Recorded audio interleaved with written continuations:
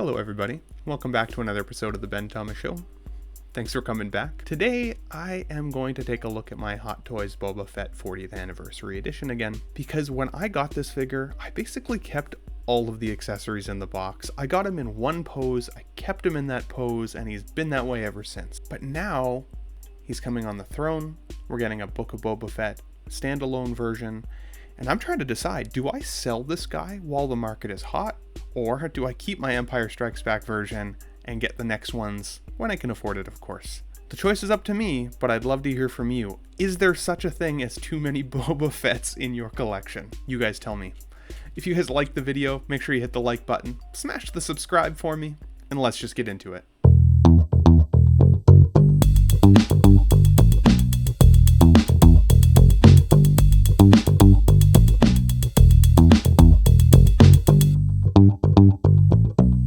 So first things first, this is actually my first Boba Fett hot toy I have ever had.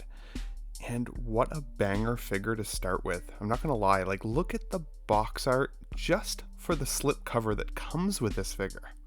Now, this is the 40th anniversary edition of Boba Fett. And when you start to take the slip cover off, he actually has a Kenner style art box underneath. And it's one of the coolest things I've ever seen in terms of Hot Toys boxes. It's by far the prettiest of any of my collection, in my opinion. At least in terms of a standout. I mean, look at this. Talk about nostalgia. Just the silver line around the edging, the way the font is on the bottom. You see that sticker says 40th anniversary down below. It's got a beautiful image of the figure on the side of the box. And it's got this little synopsis of who Boba Fett is. I will let you guys pause the video on this next shot here, so you guys can kind of read it if you'd like to. But let's get the figure out, because he comes triple stacked in clamshell. It's literally the deepest clamshell box I have of any of my figures, because this guy comes packed with accessories. He actually has two looks entirely. Now, I put this guy back in the box so I could show you what it looks like to kind of take him out of the box. You will notice the hands down below may not fit the tray very well, because to be honest, I always have a hell of a time getting them back in. But you can see that on the bottom clam tray, you do get a chance to have all of these accessories, all the extra hands that help to come with the alternative look. It comes with the two capes, it comes with the figure display stand. We're going to take a bit closer of a look at those, but again, I just wanted to show you guys how filled those are. Now, these pouches specifically are part of the alternative look for Boba Fett. I've never actually used this on my figure, not because of their function, but mostly because of the look. I like the classic Empire Strikes Back version better than the alternative version, but it's so cool that you got both pieces, and you can honestly intermingle them as much as you want.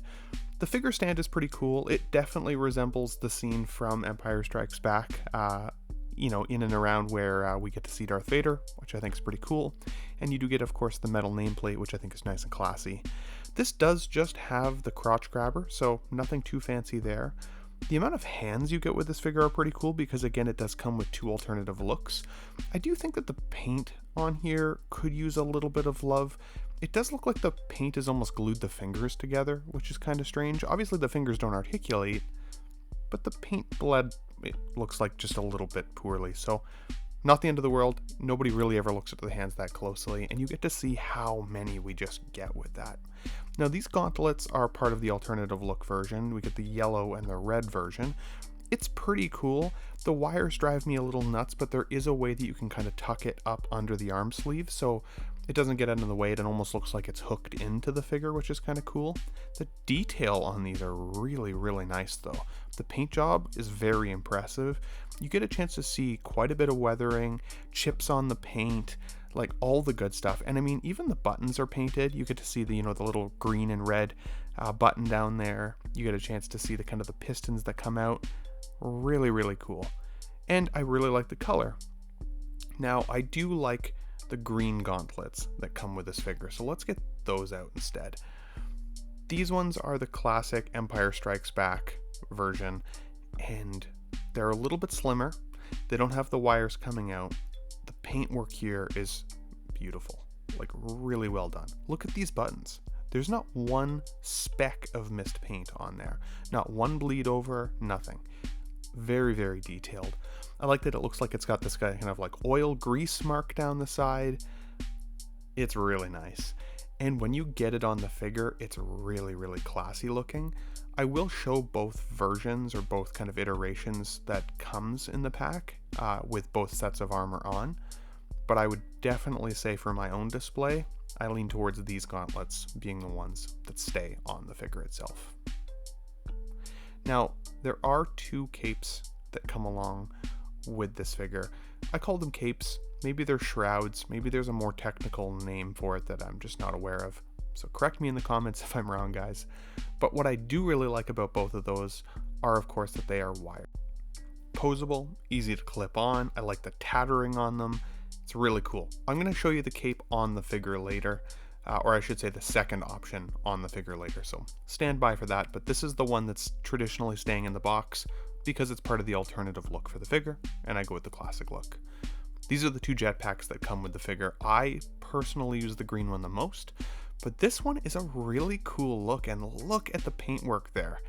The clips on the back are a pain in the ass. My Mandalorian has a magnet in the back, so it just kind of magnetizes onto the figure, which is really easy and easy to work with. The clips here, trying to get it on the figure itself, it's brutal. It's brutal. But where it is annoying, it does definitely make up for it in the paint. It looks beautiful, and honestly, I love that they give us both in this package. Now the green option is by far my favorite because again, it's the classic look for Boba in my mind's eye. Now it's cool because where you see where the thrusters are there on the bottom, they do move. Again, this one's painted really well as well. Because it's a darker paint application, you can't see the weathering as much, but it's definitely there. And they did a great job. This one also has those damned clips. So what I actually recommend is using tweezers to literally just help pluck it on there, and Bob's your uncle, you're good to go. He does come with these 2 shoulder pads similar to the Mandalorian figure. Now, I use the Mandalorian insignia. It does click in as opposed to Velcro, so just note it is easy to pop off if you're posing the figure. Some of these smaller accessories do actually slip into his pouches right on the figure, which is cool. Just be careful because they're really easy to lose. Doesn't that one kind of look like a stapler though? I'm not gonna lie, I don't even really know what these are, so please let me know in the comments. I love the guns that this guy comes with, and he comes loaded, like an armory loaded. He gets this guy, which is, of course, one of his most classic guns that we get to see Boba Fett with. And look at the detailing there. The paintwork, the handle looks amazing. I love this gun with the figure. And honestly, even though he comes with kind of an arsenal, he's always going to hold this gun. But even this little gun here, the paintwork around the edging, it's really nice. It literally looks like it almost has burn marks around the edges, like a blaster is actually discharged from it, which is cool. I just don't like the strap at the back. I find that it kind of dangles a little bit, which drives me a little nuts, so I haven't really used this one. But I would say of the 3 guns, this one's the most disappointing. I don't really think that the paintwork on this one is all that good, to be honest. What I do like about this gun, though, is that it actually slots into the holster on his belt, which is kind of a pain in the ass. So honestly, once you get it on there, I would recommend leave it. Even if you review it, just leave it. Just keep it in there, because getting it back on, not fun. Now, the 2 helmets this figure comes with are beautiful. They're beautiful. And they're so different. Look at the different paint applications you get here. My favorite one is definitely on the right. You do get that, iconic dent in the front right of his helmet with the right helmet, whereas on the left helmet, you don't get that dent and you do get the jag eyes on top. I do like that it's posable, that arm does move down. It's not just fixed in place, but it is really delicate, so be careful there. And again, painted extremely differently to give a different look for each figure, depending on what you want to do with it. It means that you could literally almost recreate a whole second figure out of just the accessories with this guy, which is pretty cool. This is where I was saying with the gun holster, it does slot in, it looks really nice, but that strap that goes through the handle there, once it's pinned in, just leave it. Just leave it. Now my buddies Marco and Gigi from the 16fix YouTube channel would ask you, how many pancakes is this ass? And I would give this ass about a 5 out of 10. It looks like diaper bum to me. It is not attractive. But let's be honest, nobody poses their Boba Fett this way. I really wanted to show you what he looked like from behind so that I could show you what the jetpack looks like on there. And it makes the back of the figure a lot more, passable, of course. Most people aren't going to see it that way. If anything, you're going to front face your Boba like this. And this is the alternative look option. He's got those red and yellow gauntlet. This is the alternative cape or shroud, however you want to call it, with the Jag-Eyes helmet. I think this is still a really good look for this figure, don't get me wrong.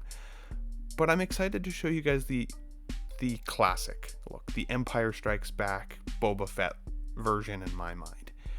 Keep in mind, this guy is not very posable. And so some of the poses you're going to see here are not the most dynamic, and he does not come with a flight pole, which is really strange. But this is the standard look. Like, this is the look that I like the most. This is the shroud or cape that I've had on the figure in the past, by far the most. But I tend to take it off unless I want him to have kind of a wind-blown look. It's still really cool. If I were to rate this figure with a number, I would still definitely give him a 9 out of 10. Iconic character to have in your collection. I've answered my own question. There's no way I'm going to sell this figure, whether or not new Boba Fetts are coming, because The Empire Strikes Back is by far still one of my favorite Star Wars movies of all time. Where this figure could improve, his articulation, for sure.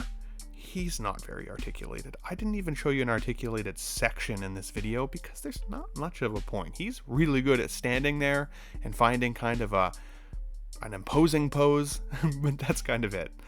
I love the outfit. I love the accessories. I love the two alternative looks.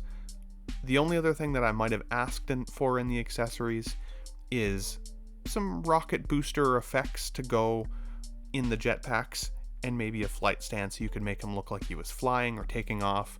That would be really cool, but I might be able to borrow mine from The Mandalorian, so I'm going to try that later and see if that works. But at the end of the day, again, I give this guy a 9 out of 10. I love this figure. I would recommend getting this if you can in your collection. And I think as a second Boba, it will be the Boba on Throne for me. And I think that will represent kind of the new school version of the character in my mind's eye in my collection from a really badass scene with that Fennec Shand maybe. And I will have this guy ultimately with Darth Vader from The Empire Strikes Back. But if you guys like this video, hit the like button for me, smash the subscribe button, we're getting so close to 300, and have a great weekend everybody. Thanks so much for watching.